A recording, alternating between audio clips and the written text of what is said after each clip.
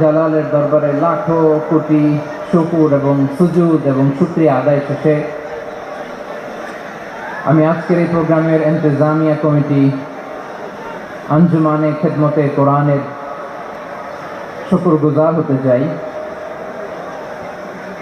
যে অর্গানাইজেশনটি আপনাদের এই ভূখণ্ডের জন্য একটি নেয়ামত এবং সিলেটের অত্যন্ত প্রাচীন একটি সংগঠন। আমি এসে জানতে পারলাম অনেক প্রাচীন একটি সংগঠন। তারা শুধু দাওয়া অ্যাক্টিভিটিসই করেন এমন নয়, অনেক সোশ্যাল অ্যাক্টিভিটিস ওনারা করেন।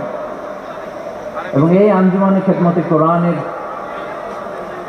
অর্গানাইজেশনে সিলেটের আলিয়া মাদ্রাসার যে ময়দান, সেখানে দীর্ঘ 33 বছর 34 বছর সরাসরি কোরআন থেকে তাফসীর করে আপনাদেরকে শুনিয়েছেন এই ভূখণ্ডের তাফসীর জগতের কিংবদন্তি শহীদ মরহুম আল্লামা দেলোয়ার হোসেন সাঈদী রাহিমাহুল্লাহ।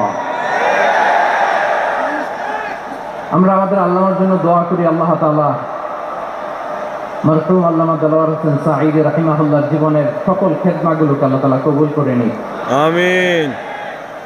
ওনার কবরটাকে আল্লাহ তাআলা কোরআনের নূর দিয়ে মুনাওয়ার করে দিন, আমিন।